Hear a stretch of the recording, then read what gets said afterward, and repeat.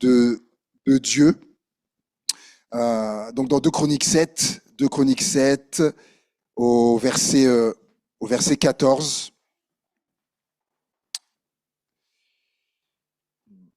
Alléluia. On a vu que déjà que au verset 12, il est dit, l'Éternel apparut à Salomon pendant la nuit, il lui dit, j'exauce ta prière et je choisis ce lieu comme la maison où l'on devra m'offrir des sacrifices. Donc déjà, Dieu lui dit, ta prière que tu as faite, je l'exauce.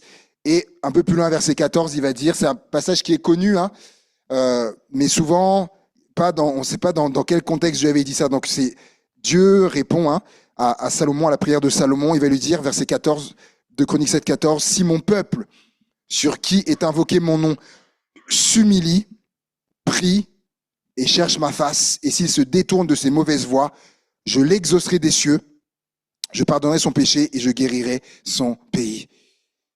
Si mon peuple, il dit 4 choses de mémoire. Si mon peuple, sur qui est invoqué mon nom, il va dire, ok, j'exauce ta prière. Et après, il va dire, et si mon peuple, donc là, ça c'était pour la prière de Salomon. Il dit, ok, ta prière à toi, je te l'exauce.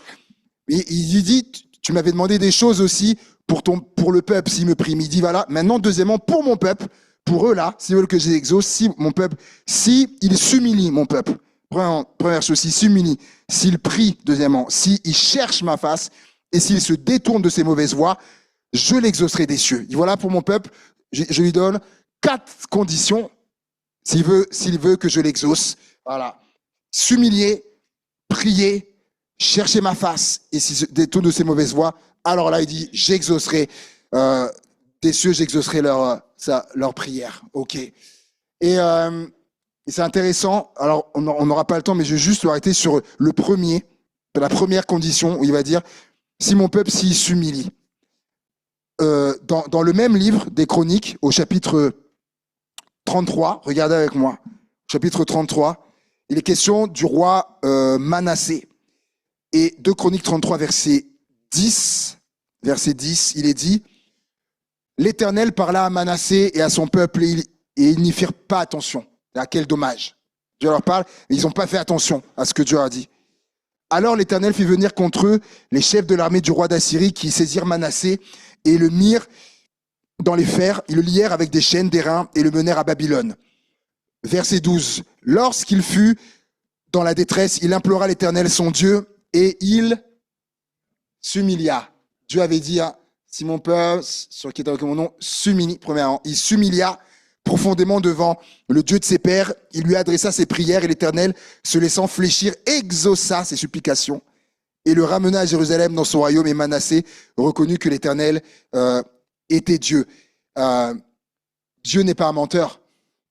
Si Dieu avait dit, si mon peuple, sur qui est invoqué mon nom, s'il s'humilie, prie, cherche ma face, se détourne de ses mauvaises voies, alors je l'exaucerai. Et c'est ce que Manassé a fait.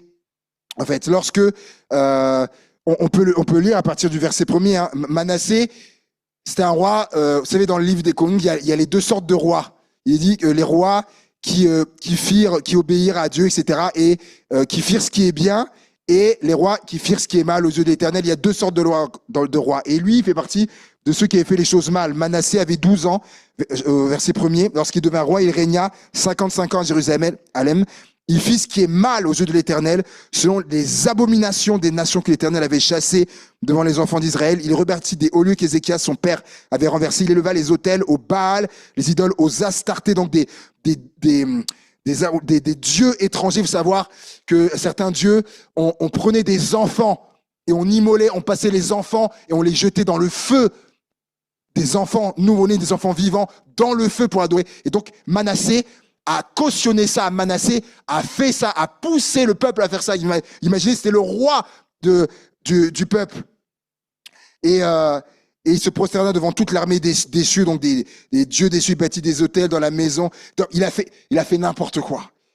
Et on l'a lu, lorsque Dieu va parler, il est dit, parla à Manassé, il lui a parlé, hein. On ne sait pas ce qu'il a dit, hein, certainement. Il lui a dit, mais je ne sais pas. En gros, ce que tu as fait, c'est pas bien. Faut que tu reviennes. On ne sait pas ce qu'il a dit. Mais il parla à Manassé, à son peuple. Il dit, et ils n'y firent pas attention. Il n'a pas prêté attention. Alors du coup, les Syriens, la Syrie est arrivée. Voilà, ils le lièrent avec des chaînes d'airain et le menèrent à Babylone, etc. Et là, alors qu'il est là enchaîné, là, Manassé a réalisé qu'il avait fait n'importe quoi. Qu'il avait fait n'importe quoi.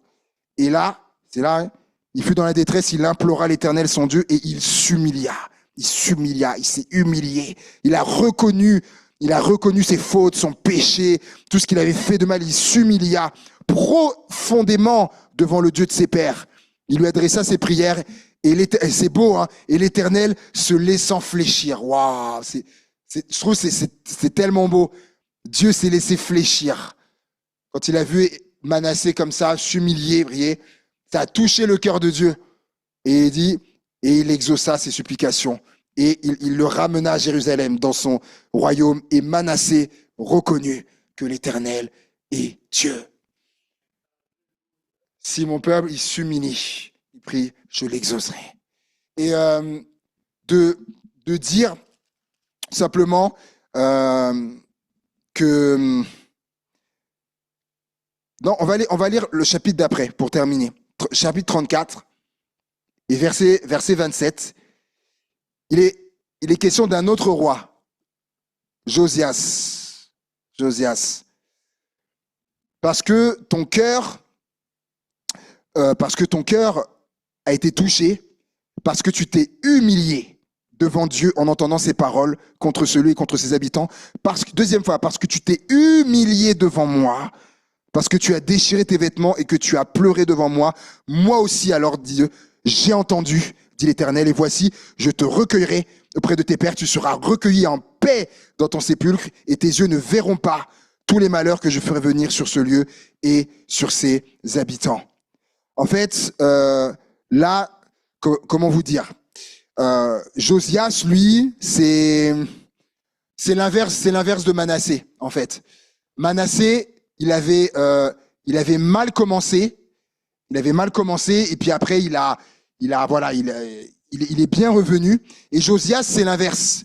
Il avait bien commencé. Regardez le verset 3.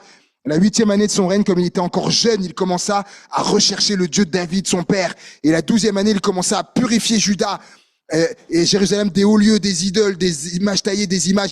Il a tout envoyé valser. Hein. On renversa devant lui les autels des Baals. Il abattit les statues consacrées au soleil qui étaient dessus. Il brisa les idoles, les images taillées, les images en fonte. Il les réduisit en poussière. Il répandit la poussière sur les sépulcres de ceux qui leur avaient sacrifié. Et il brûla les ossements des prêtres sur leurs autels. Et c'est ainsi qu'il purifia Juda et Jérusalem dans les villes de Manassé, d'Éphraïm, de Siméon, et même de Nephtali, partout au milieu de leurs ruines. Il renversait les autels, il mit en pièces les idoles et les images taillées et les réduisit en poussière.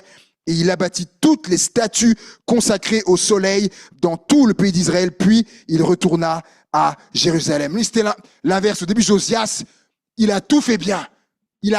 C'était du péché, tout ça. Il a tout balayé. Et sauf qu'à un moment donné, plus tard, il s'est laissé prendre et puis il a commencé à un peu comment dire ça, à dévier, ou plutôt le peuple. Et lorsque on est venu lui dire, on a retrouvé verset 15, j'ai trouvé le livre de la loi dans la maison de l'Éternel. Et à ce moment-là, verset 19, lorsque le roi entendit les paroles de la loi, il déchira ses vêtements, en fait, et il a réalisé, qu'est-ce qu'il est dit? C'est au verset 21. Allez consulter l'Éternel pour moi et pour ce qui reste en Israël, en Juda, au sujet des paroles de ce que le livre qu'on a trouvé, car grande est la colère de l'Éternel qui s'est répandue sur nous, parce que nos pères n'ont pas observé la parole de l'Éternel et n'ont pas mis en pratique tout ce qui est écrit dans ce livre. En fait, non, lui, il a réalisé en fait que pendant longtemps, en fait, le peuple faisait n'importe quoi. Et du coup, il s'est humilié devant Dieu. Et Dieu va lui dire, parce que tu t'es humilié devant Dieu, parce que tu t'es humilié devant moi, parce que tu as déchiré tes vêtements, et moi aussi, je t'ai entendu. Et Dieu, du coup, Dieu l'a exaucé. Et juste de dire, vous savez, la Bible dit que la fin d'une chose vaut mieux que son commencement.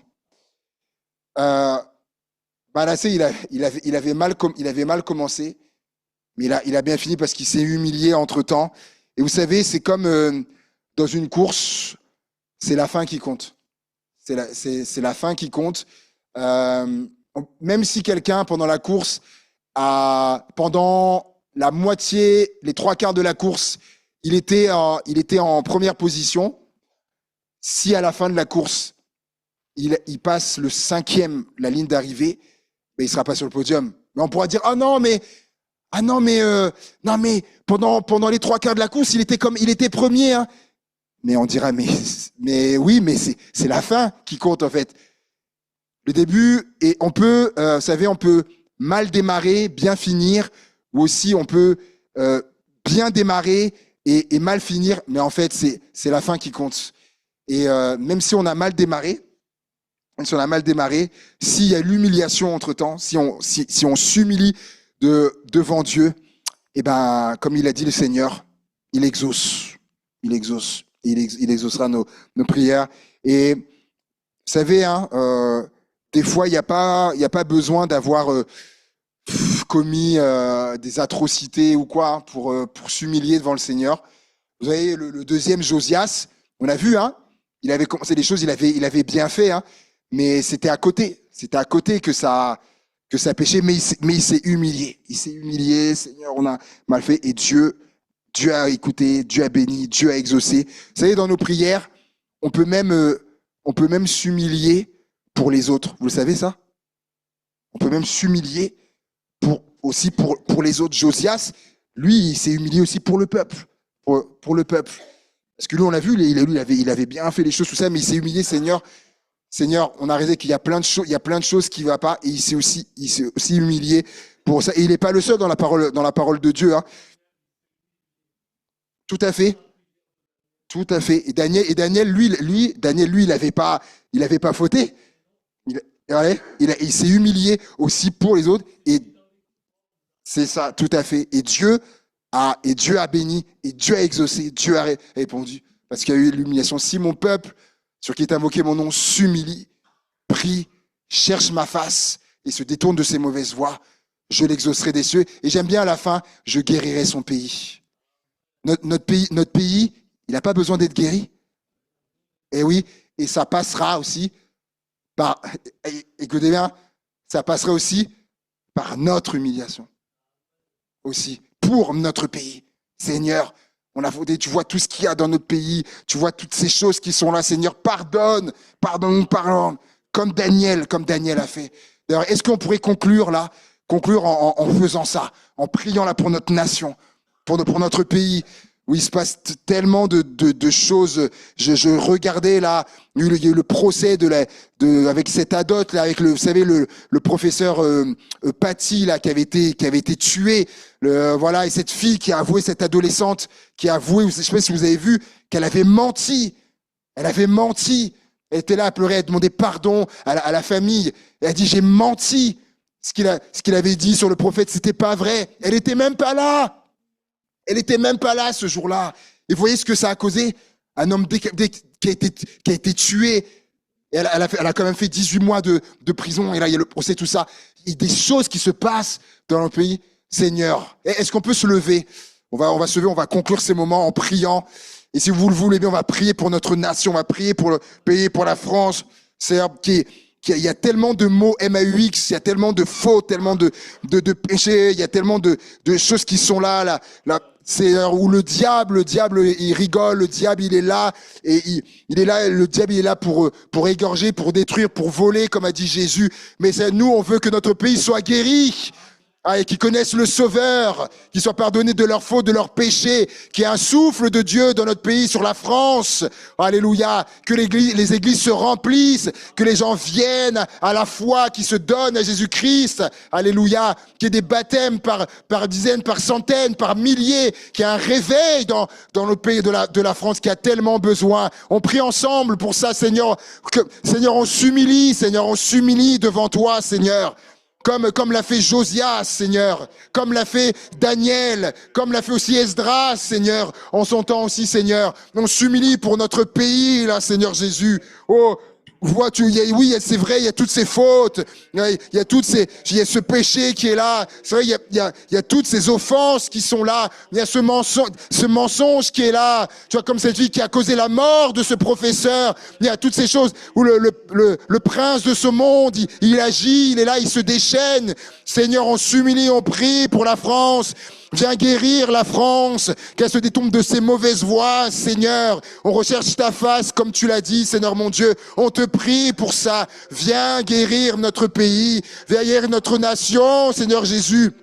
Oh, que notre nation se tourne vers toi, Seigneur, qui passe de la mort à la vie, chasse les ténèbres, Seigneur. Tu as dit, nous sommes la lumière du monde, que cette lumière puisse briller, Seigneur. Mais on te prie, oh Jésus, oh, tu vois, c'est toutes ces choses atroces, abominables, qui sont là, Seigneur mon Dieu. Mais on te prie, mon Dieu, on fait comme Josias, comme on déchire nos vêtements, on déchire notre cœur, Seigneur, devant toi, Seigneur. Oh, et on croit, comme tu l'as dit, que tu nous entends, Seigneur, et que tu vas exaucer des cieux, Seigneur Jésus. Oh Père, merci de le faire pour la gloire de ton nom, Seigneur Jésus. Merci de le faire pour la gloire de ton nom, Seigneur. Oh, on va être conduit par le Saint-Esprit, Seigneur mon Dieu. Oh, souffle sur notre pays. Souffle un vent nouveau. Souffle un vent nouveau, Seigneur, sur notre pays, Seigneur. Avec les consciences qui sont bouleversées, convaincre de péché, de justice et de jugement. Amène alors à la repentance une multitude, Seigneur. Et là où nous sommes placés ici aussi, Seigneur. Oh Jésus, oh Seigneur, alléluia. Alléluia, Seigneur, envoie, et prépare-nous à recevoir, prépare-nous à accueillir, prépare-nous à aimer, Jésus. Alléluia, c'est parce qu'on croit que tu vas le faire. Oh Seigneur, on va être émerveillés, Jésus, alléluia.